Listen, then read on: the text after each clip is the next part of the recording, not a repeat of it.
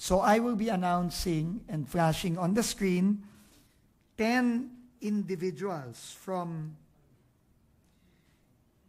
regional directors to district engineers that we have received reports of lavish lifestyles. And don't worry, you will get copies of this. And mga reports na rin ng mga nag-implement ng mga either ghost or substandard projects. Kasama na dito, initial pa lang to initial pa lang to, no? So let me read them to you. So, nagpadala kami ngayon ng mga iba't ibang show cause orders, no? May proseso tayong kailangang sundan dahil marami sa kanila ay mga civil service employees or officials and may kailangang proseso. No? So, ang unang step ng proseso, kamukha nung ginagawa natin dati din sa DOTR, sa mga tinanggal nating mga LTO, OTS, etc., may proseso ito. At simula pa lang ito. So makikita nyo dyan, yung mga show cause orders, bibigay ko sa inyo yung mga show cause orders na pinadala natin sa mga opisyales na ito. Unang-una, Regional Director Gerard Opulencia ng NCR, reports of lavish lifestyle above their means. Kasama na to dun sa order ng ating Pangulo ng lifestyle checks. No? RD Danilo Villa ng Region 7. Again, lavish lifestyles ito. No? Lavish lifestyle ito. Former RD Gerald Pacanan ng 4B. Ito yung regional director na nag-implement nung in-inspect nating mga proyekto sa Oriental Mindoro. Nakita na naman natin na very substandard. So yan, pinadagan din natin siya ng show cause order. Si RD Kadafi Tanggol ng CAR. No? Ito din ay base na rin sa mga narinig natin at na-report sa atin ni Mayor Benji Magalong na na mga tinatamper na dokumento. So in the spirit of command responsibility, pinapadala na rin natin ng show cause order si Regional Director ng Cordillera Autonomous Region. Si Attorney Brandon Raya, ito, lavish lifestyle. Konektado to dun kay RD Danilo Villa ng Region 7. No, may mga report kami dito at later on maglalabas kami ng mga Facebook posts nitong dalawang taong to, si RD Villa at si Attorney Raya, na maluluhong mga pamumuhay. No, meron pa kami nakita dito na gumagamit pa ng mga chartered airplane, no, para bumiyahe. No? So, kasama yan, no? Si District Engineer Isabelo Baleros. Ito ay former to, no, na natanggal na pala ito nung hindi lang na-implement nung time ni Secretary Bonoan, no? Reports of substandard projects, no? And we have also received some reports dun sa Las Piñas, Muntinlupa ng pagtatamper ng mga dokumento. So, nagpadala din tayo ng show cause order dito.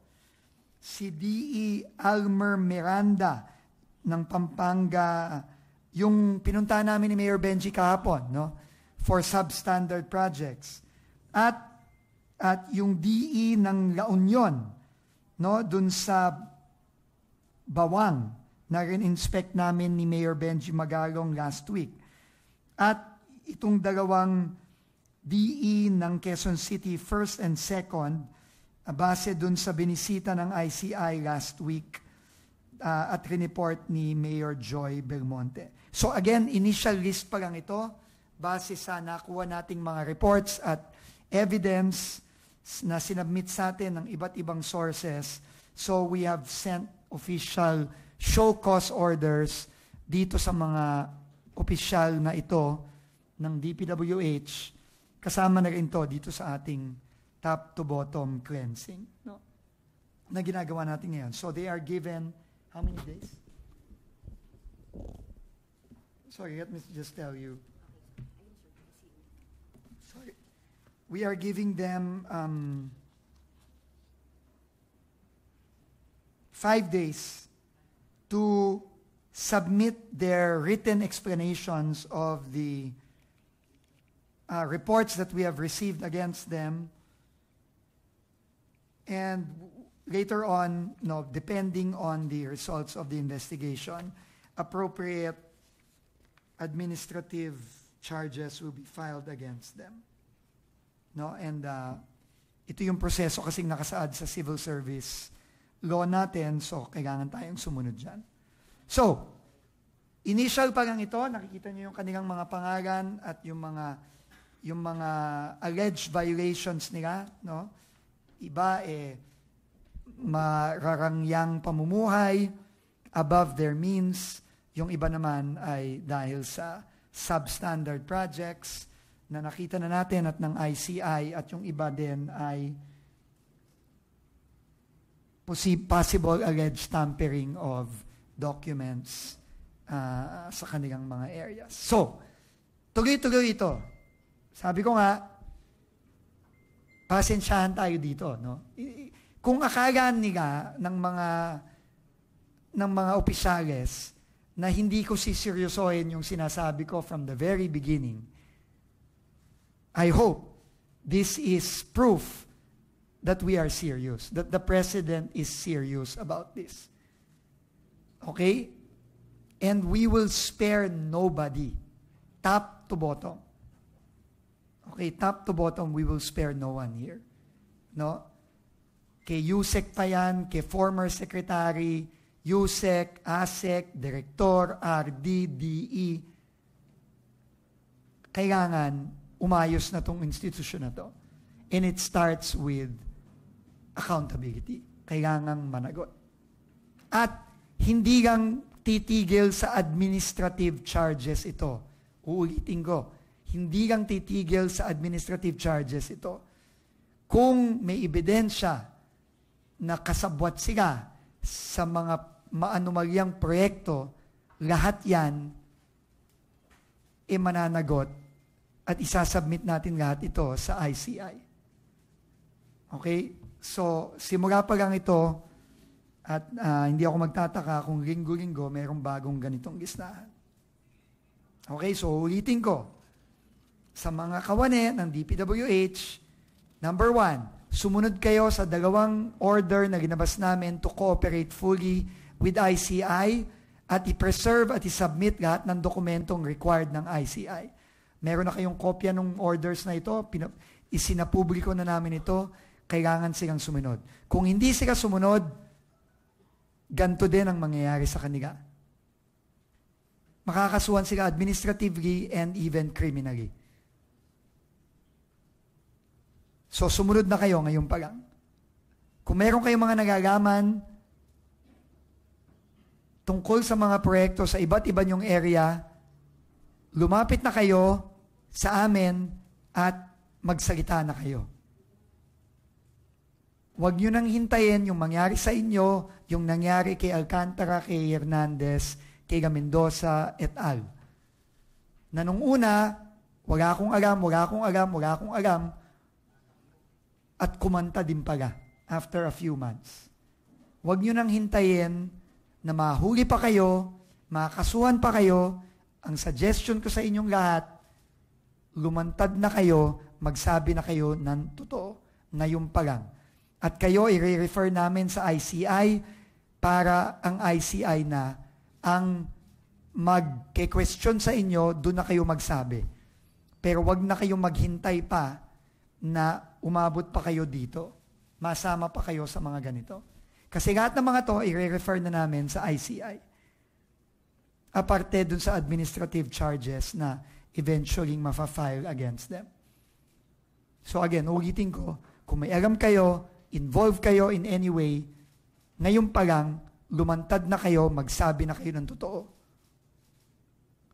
Kasi dun at dun din tayo tutumbok, dun at dun din tayo dadating. Huwag na kayong maghintay. Lumabas na kayo ngayon. So, yun yung una. No? Second,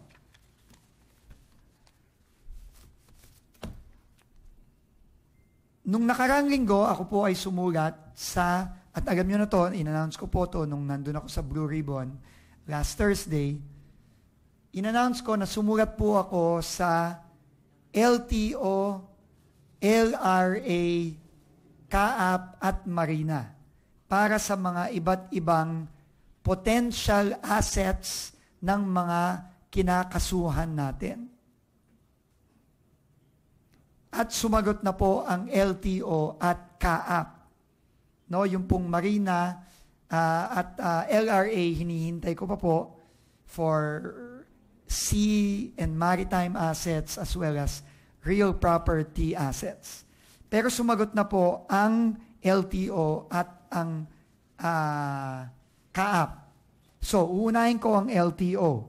Base dun sa 26 individuals na finailan natin ang kaso sa ombudsman, meron na pong sagot ang LTO at hindi ko na po ilalagay yung mga detalye ng mga sasakyan. Ito total ko na lang. But out of the 26 individuals, and these are the individuals here with their registered, no? At least yung nakapangalan sa kanila sa LTO, pero hindi pa natin alam. Baka naman meron dito, meron silang mga kaibigan o kapamilya, pinapahanap na rin po natin. So this is just an initial list from the LTO. A total of 474 million pesos or close to 500 million pesos in vehicles registered under these names. At hindi tayo nagtataka, ang karamihan dito, ang malaki dito ay sa mga diskaya. No, kay Sara Diskaya pa lang, 218 million na out of the 474. So we will submit these today to the AMLC, to the Anti-Money Laundering Council. May sulat na po ako kay Attorney Matthew David na ginagagay lahat nitong mga sasakyan na to. At sa DOJ, at sa ICI. So I have written 3 letters to AMLC, ICI, and DOJ submitting to them the list of initial list of cars and vehicles, no, na binigay sa atin ng LTO. Again, uulitin ko, bakit natin ginagawa ito? Dahil po ang direktiba ng Pangulo, hindi sapat na makasuhan, hindi sapat na makulong, kailangan ibalik natin ang pera ng ating mga kababayan. Kaya nga po, meron ng mga, I think, close to 700 accounts and insurance policies that have already been frozen through the AMLC. At ito po, nagre-request na rin tayo ng freezing. Ibig sabihin nito, hindi pwedeng ibenta. At kung merong mga kababayan tayo na nakikipag-transaction dito at gustong bumili ng mga sasakyan na ito, dito sa mga taong ito, magdalawang isip na po kayo kasi pati po kayo madadamay dito kapag binili nyo itong mga assets na ito, itong mga sasakyan na ito. Kaya po namin isinapupubliko ito ngayon para i-warn na rin ng publiko na huwag kayong makikipagtransaksyon sa mga taong ito kung meron silang mga pilit na ibinebenta.